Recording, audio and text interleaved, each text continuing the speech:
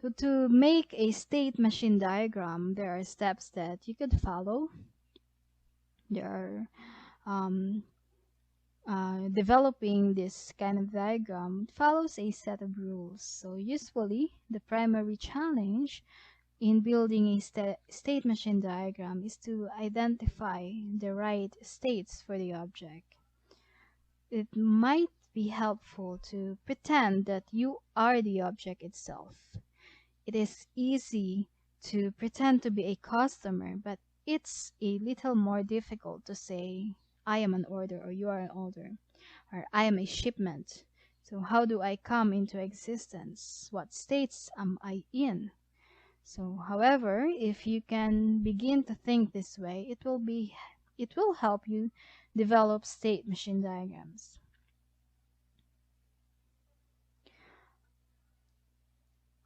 Okay, so here is a list of steps that will help you get started in developing state machine diagrams.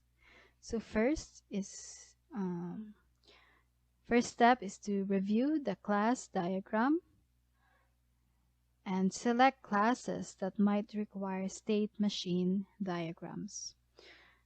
So only include those classes that have multiple status conditions.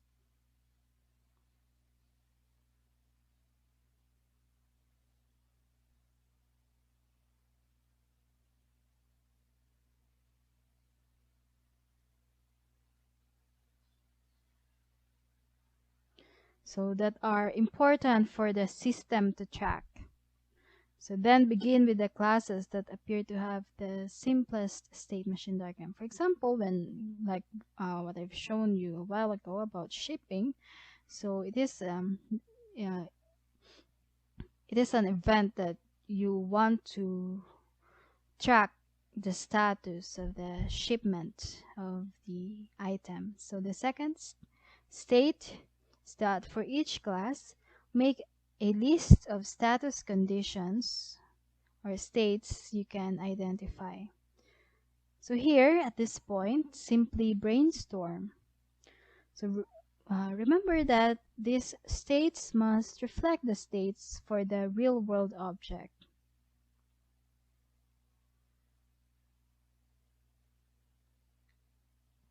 That will be represented in software. Sometimes it is helpful to think of the physical object, identify states of the physical object, and then translate those that are appropriate into corresponding system states or status conditions. It is also helpful to think of the life of the object.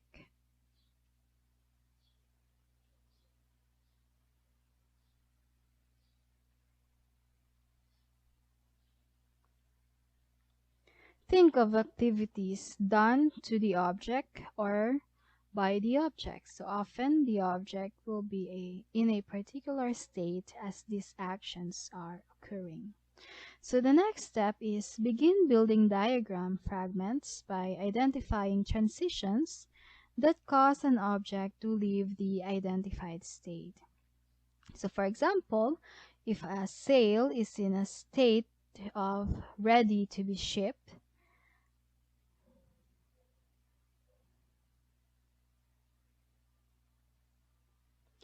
so a transition such as begin shipping will cause the sale to leave from that state to another state.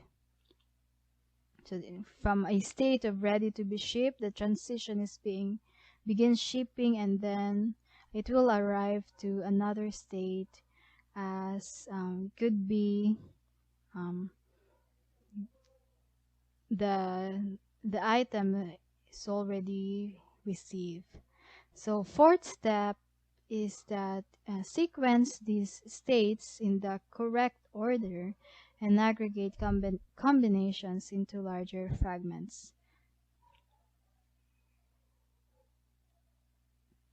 So as the fragments are being aggregated into larger paths, it is natural to begin to look for a natural life cycle for the object. So fifth step is that review the paths and look for independent concurrent paths. So when an item can be in two states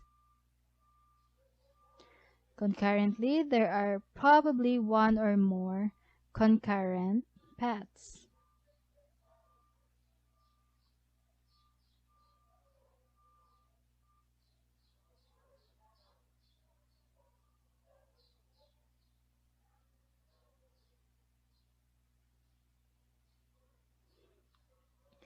So next step is look for additional transitions and test both directions.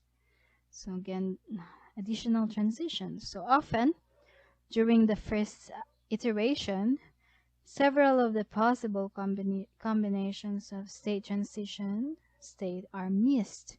So one method to identify them is to take every paired combination of states and ask whether there is a valid transition between the states. So test for transitions in both directions. So seventh is that expand each transition with appropriate message event, guard condition, and action expression. So include with each state appropriate actions expressions. And then lastly, review and test the state machine diagram for the class.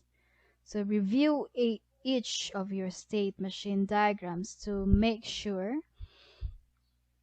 the names of the states describe the object of the object's status, and then to make sure you have identified all the transition and to check all the concurrent paths and to ensure you have the exception conditions.